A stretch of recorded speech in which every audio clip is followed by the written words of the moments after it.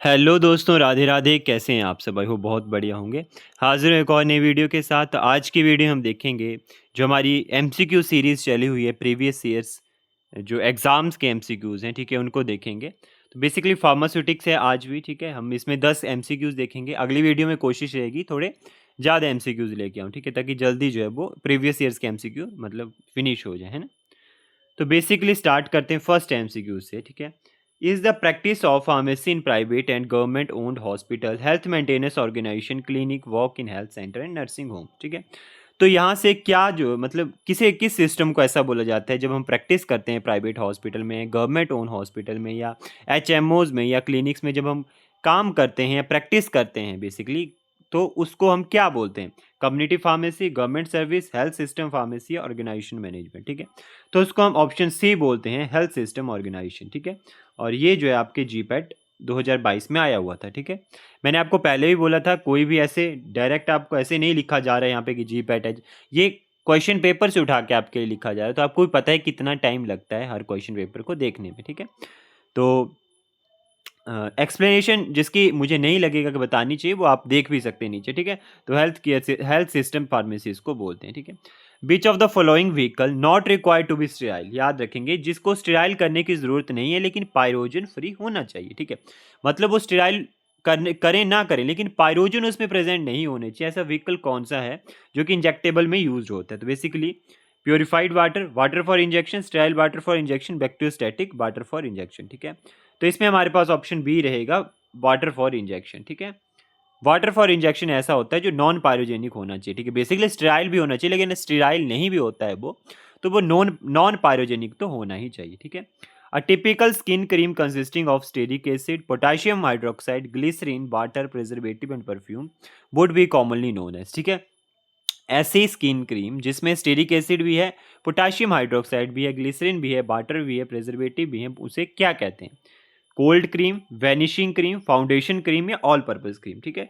तो option B is correct, it's vanishing cream, जिसमें सब चीज़ें प्रेजेंट होती है, लाइक पोटेशियम हाइड्रोक्साइड, ठीक है, ये हाइड्रोक्साइड है, potassium hydroxide, stearic acid, glycerine, water, ये सब कुछ प्रेजेंट होता है, ठीक है।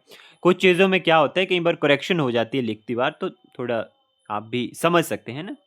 Which of the following dryers is a static dryer, ठीक है, स्टैटिक बेड ड्रायर। यहाँ में से कौन से जो है वो स्टैटिक बेड ड्रायर्स होते हैं, ठीक है। फ्रीज ड्रायर, ठीक है, fluidise bed dryer, spray dryer या फ्लैश ड्रायर, ठीक है। तो हमारे पास जो फ्रीज ड्रायर होते हैं, ऑप्शन ए जो है वो करेक्ट है। फ्रीज ड्रायर जो होते हैं वो स्टैटिक बेड ड्रायर होते हैं, और इनका प्रिंसिपल बेसिकली होता है सब्लिमेशन। मतलब सब्लिमेशन का मतलब है कि सॉलिड स्टेट से डायरेक्ट वेपर स्टेट में कन्वर्ट होना without going to liquid form, ठीक है। नेक्स्ट है इन प्रोसेस ऑफ एक्सट्रैक्शन, ठीक है, इफ मैसिरेशन इज अकम्प्लाइज, ठीक है, बाय हीट, ठीक है, by heating the drug and solvent in a close vessel, ठीक है, then this modification is known as, ठीक है। जब भी हम किसी बेसल के अंदर, ठीक है, जब भी हम किसी बेसल के अंदर हीट के साथ सॉल्वेंट को एक्सट्रैक्शन लगाते हैं तो उसको हम बोलते हैं मैसिरेशन, है ना, आप सबको पता है। तो उसके मॉडिफिकेशन को क्या बोलेंगे बेसिकली, ठीक है, उसके मॉडिफिकेशन को क्या हम बोल सकते हैं? तो ऑप्शन है हमारे पास डाइजेशन, रिफाइनिंग, एक्सप्रेशन, रेंडरिंग, ठीक है। तो इसमें हमारे पास आएगा ऑप्शन ए इज डाइजेशन, ठीक है। In the process of extraction, if maceration is accomplished by heating the drug and solvent is in a closed vessel, then this modification is known as digestion, ठीक है। Which of the following is known as example of thermostatic plastic material, ठीक है। thermostatic plastic material का example कौन सा होता है? तो बेसिकली पीबीसी, पॉलिस्टर, पॉलीप्रोपाइलिन, यूरेथ्रेन्स। यूरेथ्रेन्स जो होता है वो इसका एग्जाम्पल होता है बेसिकली, ठीक है। कैसे होता है? अब आपको पता है दो तरह के पॉलीमर्स होते हैं या प्लास्टिक्स होते हैं, आपको पता है, ठीक है। थर्मोसेटिंग और जो प्लास्टिक होता है, ठीक है।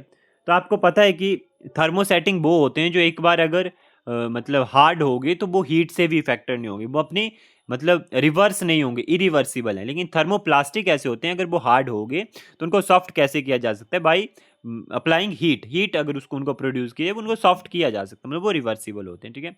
ये सब कुछ एक्सप्लेनेशन है। बेसिकली आपको इसमें एग्जांपल याद रखने मेन bakelite, urea formaldehyde foam, melamine, polystyrene resin, epoxy resin, urethanes, ठीक है, are reformed and generally more durable than the thermoplastic urethane, ठीक है।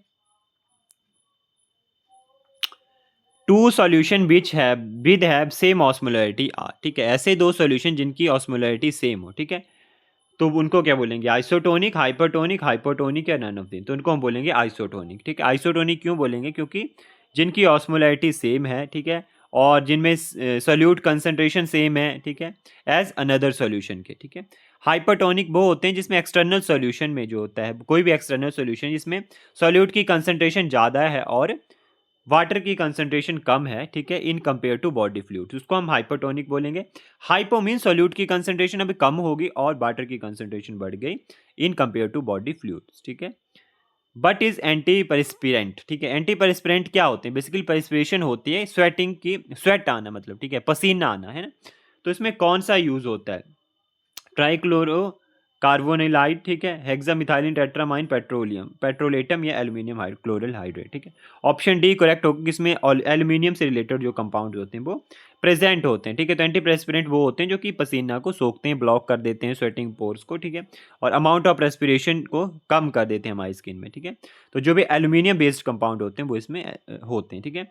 एग्जाम्पल हो गया ओडेवैन, मैगीकोल, ठीक है, जियासॉब्स, एब्जॉर्बेंट पाउडर, एनी हाइड्रोल फोरेट, ठीक है, ये सब इसके एग्जाम्पल आते हैं, ठीक है, एंटी पेरिस्पिरेंट के।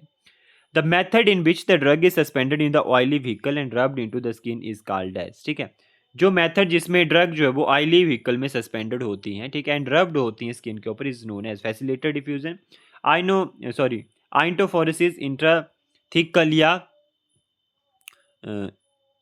इनुअक्शन, ठीक है, इनुअक्शन, ठीक है।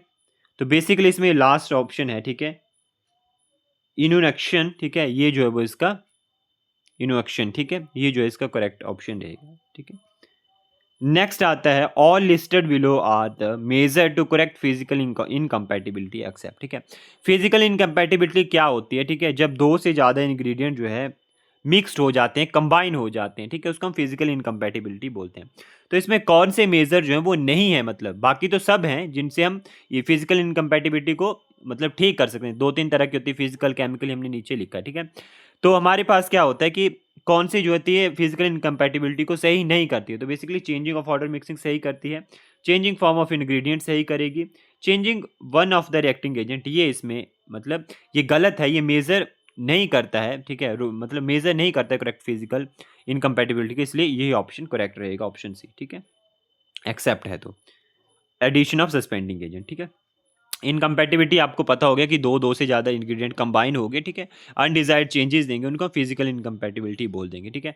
तीन तरह की होती है, फिजिकल, केमिकल, थेरेपेटिक। फिजिकल में क्या होता है, उनको करेक्ट कैसे कर सकते हैं आप, order of mixing, alteration of solid, changes in form of gradient, ठीक है, alteration of volume, accurate choosing of emulgent and suspending agent, ठीक है। तो यही था आज की वीडियो में, आई होप आपको पसंद आई होगी। मिलते हैं जल्दी नेक्स्ट वीडियो में, तब तक के लिए bye bye, take care, Radhe.